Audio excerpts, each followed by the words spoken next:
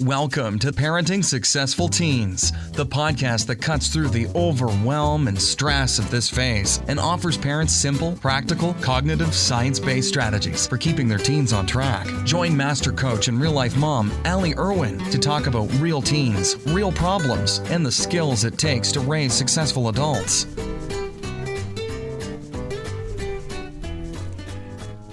As promised, this week we're going to talk about a concept that I have been playing with called relationship homeostasis.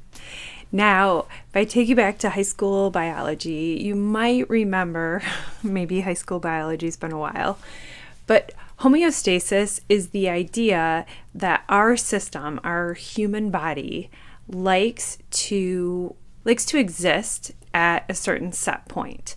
Like our body temperature likes to be around 98.6, and you go outside on a hot day and body heats up, and then it wants to cool down because it wants to get back to that set point where it feels most comfortable and it operates in the most stable way, right? Like if we get too hot, our systems have to work too hard and they start to shut down and we get heat exhaustion.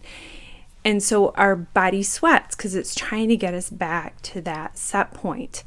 And that happens outside of our conscious awareness. We don't think like, okay, sebaceous glands, do your thing. I don't know that those are the right glands. Those are probably oil glands. But however it is that we sweat, we don't have to think about it. Our body just does it naturally because it knows where we are most comfortable. Similarly to that, I think that we have relationship set points. We have ways of being in our families and patterns that evolve over the years that keep our family feeling stable. Like my family has a different sort of family culture and way of communicating with each other and who does what than your family does. And those set points, we don't even have to think about them. They're just kind of our evolved, another word for would be our family patterns. And patterns sometimes gets this negative connotation, like patterns are bad, and they're not. If we had to think about every single decision every day, if we walked into the kitchen and we were like, who is this person? What are they going to do? Where do they need to go this morning? Like those things happen on autopilot because our lives are just too complicated. If we had to think everything up every single morning. How does this chair work? What is a coffee maker? Like we have these mental shortcuts for a reason. And the same is true with how we relate to each other. And the thing is as our kids grow and grow into their teen years, their set points change because of the changes that they're going through. But our system, unless we consciously adapt our set points, resists those changes. Not because we're monsters that, want our kids to never grow up, but just because that's how our system evolves. The biology of how we are human evolves to resist those changes because it's inefficient for our brain. Our brains like to be efficient, and it's efficient for things to stay the same. And it's disorienting to us when we wake up and our kids have, their set points have changed because they're growing up and ours haven't. And so the first thing I really want to tell you is that there's so much shame in this culture for moms who are I want to be careful in my wording, but we're almost pining for the days of old when we were all super close and our kids did what they said and there wasn't so much eye rolling or so much snark, and we wake up and we feel like, who is this stranger? And I want to take that shame away because it's totally normal. It's normal that you have a set point for how you have mental shortcuts for how your family interacts with each other, and your system is always trying to get back to that set point, not because you're a monster, but because you're human.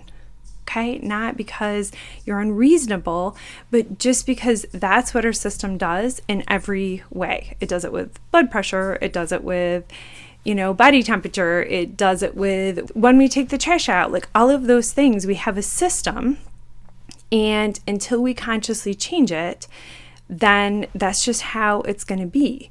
And our kids are changing because their system's changing, but our system isn't changing. And so it's normal to feel some resistance to those changes.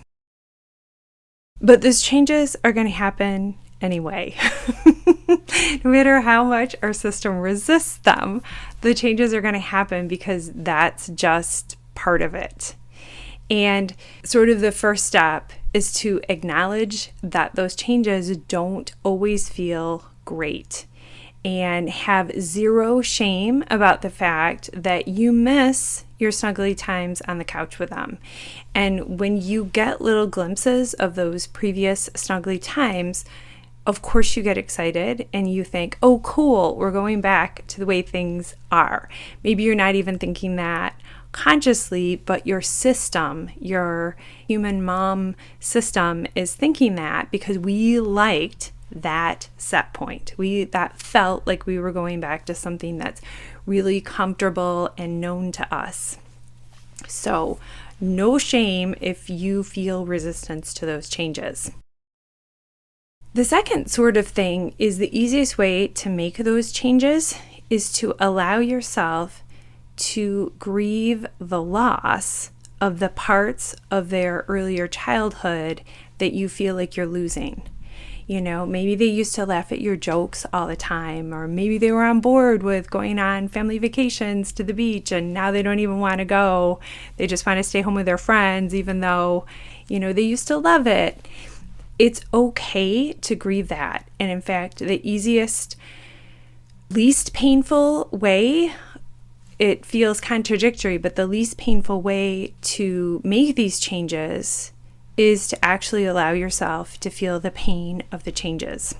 So the pain that you resist hangs around longer than just allowing yourself to feel how you feel, that you miss those times. And that grief is for you. You're not telling them that you miss those times, because in a way that burdens them to stay the same so that you can be happy. Not that they would ever tell you that they were going to do that, but they'll feel that burden of like, oh, my mom hates that I'm growing up and she's making me feel guilty that I'm getting older and I don't want to go on that trip that I've always loved in the past. Okay, you want to feel those feelings for yourself. And if you need support with this, definitely reach out, because that's one of my specialties, is helping moms through these changes, giving them a safe container, a place to feel all of their feelings and process them and allow them so that they don't spill out into their family lives. And sometimes friends are great for this and sometimes friends aren't great for this, because our society oftentimes, because every family goes through this, we act like it's not a big deal when you are personally going through this. And I don't get that, because in the medical world, like physical pain, just because lots of people have surgery, we don't pretend like when you have surgery, it doesn't hurt. We still prescribe painkillers and ice and rest and all of those things, because we know that when you're going through surgery, you need support and it's probably going to hurt. And going through these changes, you will probably need some support and it's probably going to hurt. And if you can caretake yourself the same way that you caretake when you go through surgery, the pain of surgery doesn't last forever, and you go through it more quickly when you take care of yourself post-surgery. And this is exactly like that. And taking care of yourself will help you adapt to the new set points that your, now growing older kids will naturally want to have. Okay? And that new set point is exciting, because that new set point is the beginning of the basis of your adult relationship. And you're going to have that adult relationship so much longer than you had the kid relationship. I mean, decades longer. And so it's exciting to set that new relationship up to, build the transitions and the bridges towards it now. And when you start to do that, you really can open your eyes, because you're not clinging and trying to get back to that old set point. You can open your eyes to what's exciting about this new time.